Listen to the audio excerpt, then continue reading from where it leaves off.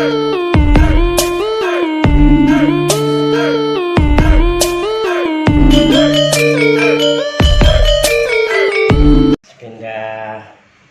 ajeng badhe silaturahmi kabeh kalih nuwun barokah jenengan, Mbah. Nggih, barokah sing napa, Mas? Pindah. Nek saged nggih kula tulungi, Mas nggih, wong kabeh niku Gusti Allah. Kula menungso satrima, barokah napa ingkang jenengan suwun? Barokah kangge selamatan apa kalih nyambut damel, Mbah. Gila nyambut damelan apa, Mas? Dagang, Mbah. Oh, dagangnya napa, Mas? Dagang keliling. Oh, dagang keliling. Nggih. Oh, nggih. Lah ampun berjalan nembe napa pun tahun-tahunan napa pun bulan-bulanan, Mas? Nembe niki benjing ajeng damel pedagang keliling. Nah, kinten-kinten bukae napa mulaine tanggal pinten, dinten pinten, kapan sing sae kangge dagangi. Niku, Mbah. Nggih kula jawab nggih. Nggih. Wong pertanyaan jenengan kula jawab. Niku nek masalah harian niku rada sulit karena dina iku nek cara wong Jawa niku jawani. Dina niku penting kanggone wong Jawa, Mas. Ngoten. Nek jenengan tanglet niku nggih dina niku nek jenengan buka dagang niku nek sasi niki Mas nggih ampun sasi liyane. Nek sasi niki niku sing sae niku Kemis Legi, Mas. Niku wulane nggih enten cara sasine nek hitung-hitungan menurut hitung-hitungane kula nggih eca damel dagang niku Kemis Legi iji-iji. Kemis niki kemis meneh nek mboten salah, Mas. Niku sae.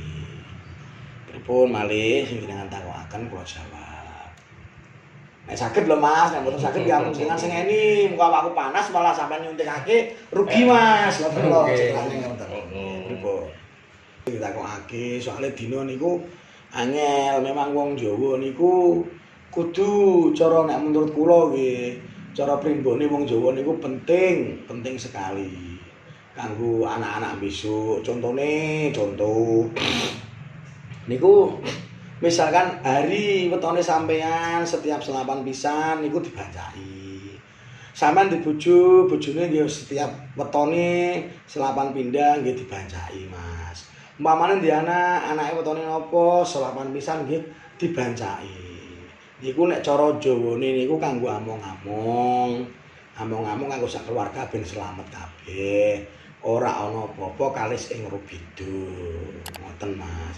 Kalis segala-galanya. Nah, makanya kalau sekarang iki nek menurut saya wong Jawa iku saiki wis ilang cara ibarat garek separuh. Nek wong Islam nabine gur garek loro. Isine mung Kanjeng Nabi Muhammad karo Kanjeng Nabi Ibrahim sing disebut bendino, ngoten, Mas. Dadi loro-lorone kudu dipadukan. Ngoten. Paham, Mas nggih? Nggih. Si dirungokake, dipahami pokoke intine aku njaluk tulung karo sampean nyelameti bumi nggih nyelameti kados awake piyambak niki, bumine ben ora jugruk, ben ora ana gempa bumi. Soale apa? Zaman saiki niku dong disepelekake, Mas. Disepelekake piye saiki wis ora ana bancaan, jarang ana jatah pasar, lali dinane dhewe. Ngoten lho, Mas. Ibarat wong Jawa saiki lali dinane dhewe ya ngono iku mau, Mas. Ana malane ana gempa bumi, ana rerembenge iku amarga slametane menawa kurang, Mas, menawa. Ngoten. Dadi kula saged ngaranake kan ngoten. Pokoke dihati-hati dieling-eling bancane aja lali. Nek perkara dagang nggih samadya, misal dagange jenengan mider nggih diterake samadya, sing penting ikhlas nafkahi anak bojo anak.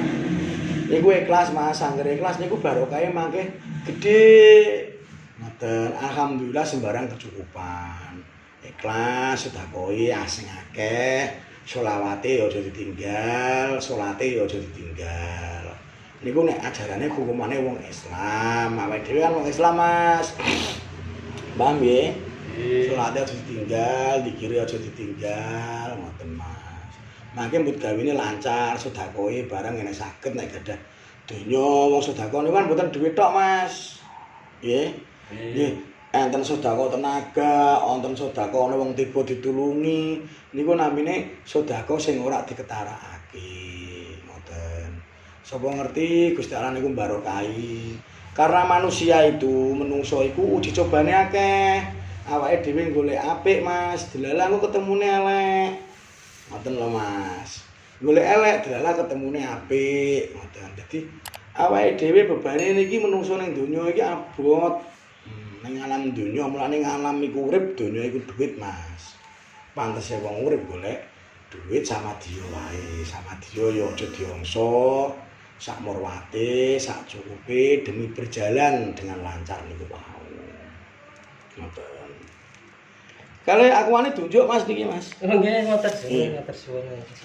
Saged kula nggih nyukani aku atok, Mas, mboten saged nyukani napa-napa. Nek sampeyan takon masalah babarang dina, ngoten. Mulane jaman dhisik Mas ana wayangan. Setahun pisan ana wayangan. Setahun pisan saiki jarang Mas ana wayangan. Makane para leluhur obah, biasane ana wayangan kok saiki ora ana wayang. Ngoten. Dadi kaya bumine iki cara nuntut.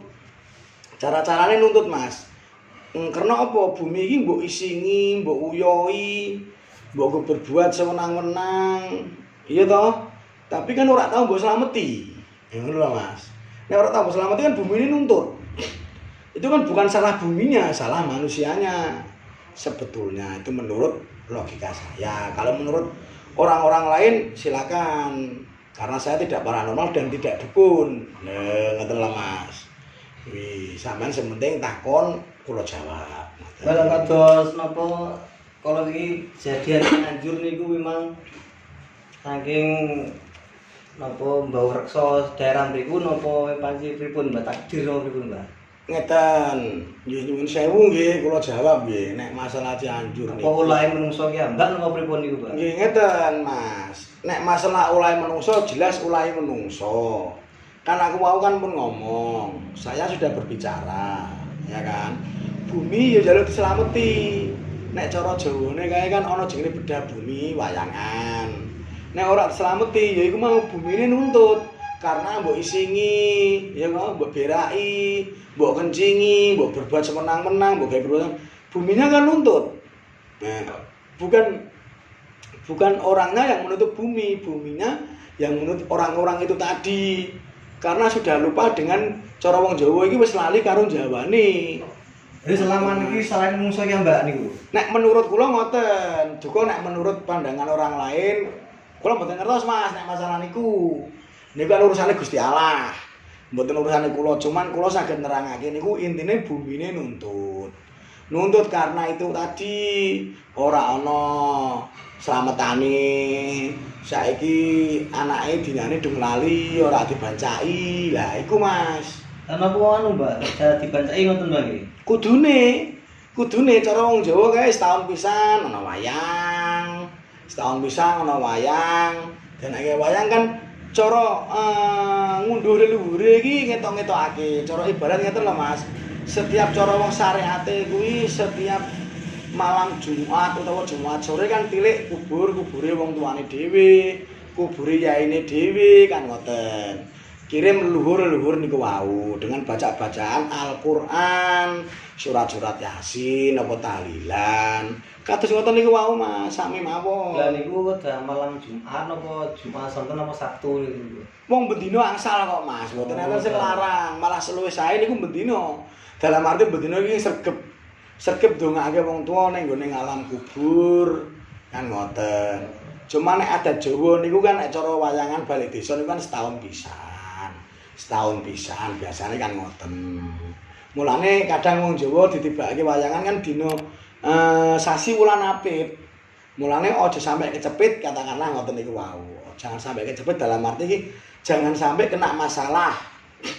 Nah ngoten. Dadi disedakahi karo tanggapan wayang niku wau. Ngirim leluhur-leluhur sing awake dhewe durung menangi. Contone cakal bakal, awake dhewe ya urung menangi gitu. Badannya kaki danyang niku nggih dereng menangi awake dhewe. Mangkane awake dhewe kudune dihati-hati sebelum kita hidup di dunia iki wis ana leluhure dhewe. Wis ana cakal bakal dulu itu sudah ada, Mas. Dan jadi harus mudah dimengerti lah kalau menyimpati orang Jawa itu. Makanya bahasanya agak lain Jawa dengan bahasa Indonesia. Sebetulnya sama mas. Bendino luwe apik, luwe sae nek sampean tilik kubur terus saiki umpamane setiap malam Jumat tilik kubur. Engko ning omah bar salat fardu ndongake wong tuane, yasinan, tahlilan itu sama saja, Mas. Sama itu. Sama malah bahagia ning kono cara ning gone alam kubure niki mau bahagia, Mas. Ngoten. Dadi wong tuwa-tuwa utawa dulur-dulur sing mati iku ning alam donya iku njagake dongane anak lan dongane dulur-dulur sing padha eling ngoten lho Mas. Mulane wong menungsa iku kudu eling lan waspada. Ngoten Mas. Beja-bejane wong sing dilingake Mas. Ngoten. Dipahami, paham Mas nggih? Nggih. Takon apa malih? Kula jawab nek Nggih, sementara ngoten riyin, Mbah. Nggih, insyaallah mangke enten medal tak mriko mriki melih, Mbah. Oh, nggih. Matur suwun Mas nggih. Sami-sami. Nggih. Assalamualaikum. Waalaikumsalam warahmatullahi taala wabarakatuh.